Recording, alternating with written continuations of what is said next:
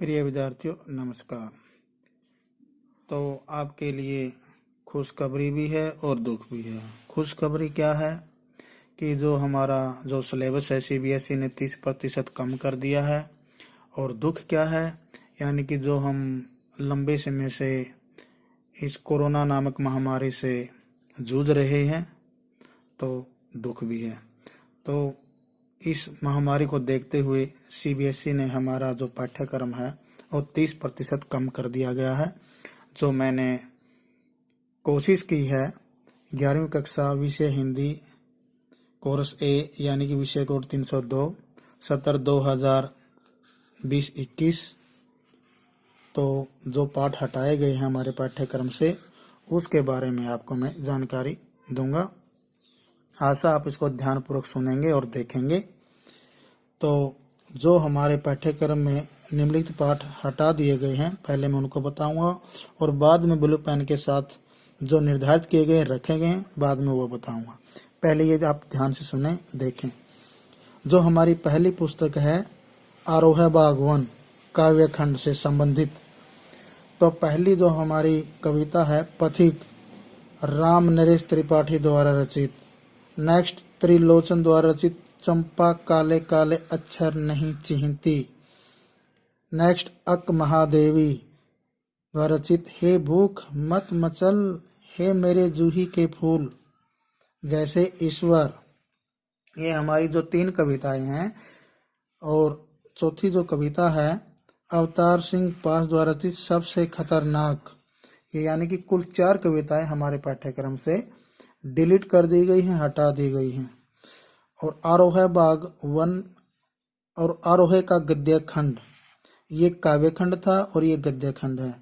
तो गद्य खंड में कौन कौन से हैं? सत्यजीत राय द्वारा रचित अप्पू के साथ 2.5 साल, जो ये इसकी फीचर है 2.5 साल में तैयार हुई थी।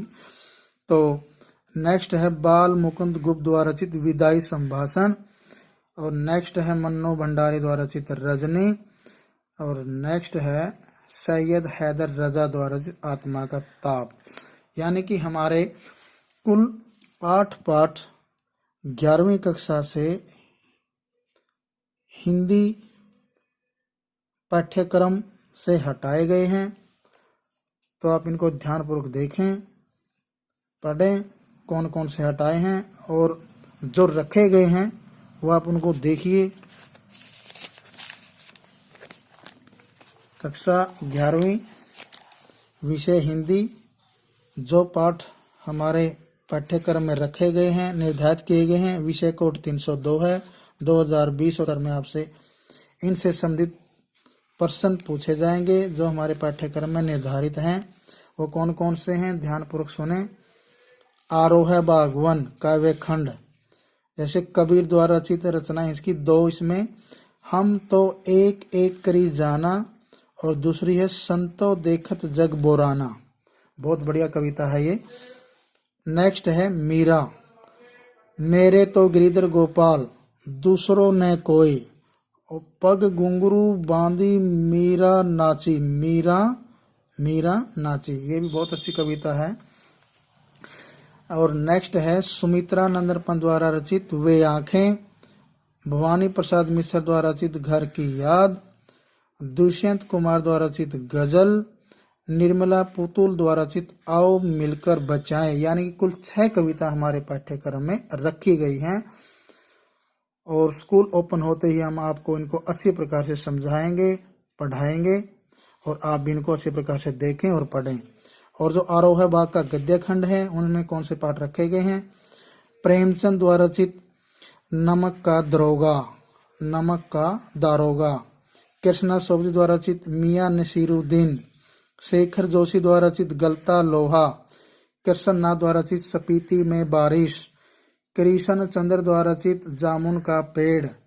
जवाहरलाल नेहरू द्वारा रचित भारत माता। ये हमारे पाठ हैं, यानी कुल 12 पाठ हैं जो हमारे पाठ्यक्रम में रखे गए हैं।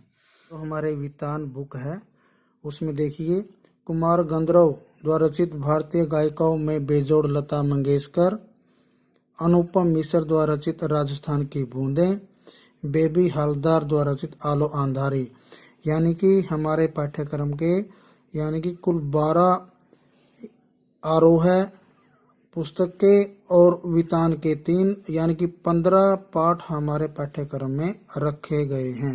इसके बाद आती है हमारी जो व्याकरण है, लेकिन व्याकरण कक्षा 11वीं सीबीएसई में नाम मात्र है, जो मैं आपको बताना चाहूँगा। कार्यालयी हिंदी और रचनात्मक लेखन, तो इसमें कौन कौन से आते हैं? इसमें निबंध आते हैं और कार्यालयी पत्र आते हैं, जो आपने 9th क्लास या 10th क्लास में किए थे। जो औपचारिक पत्र और अनौपचारिक पत्र होते हैं आपको बता दिया जाएगा स्कूल ओपन होते ही।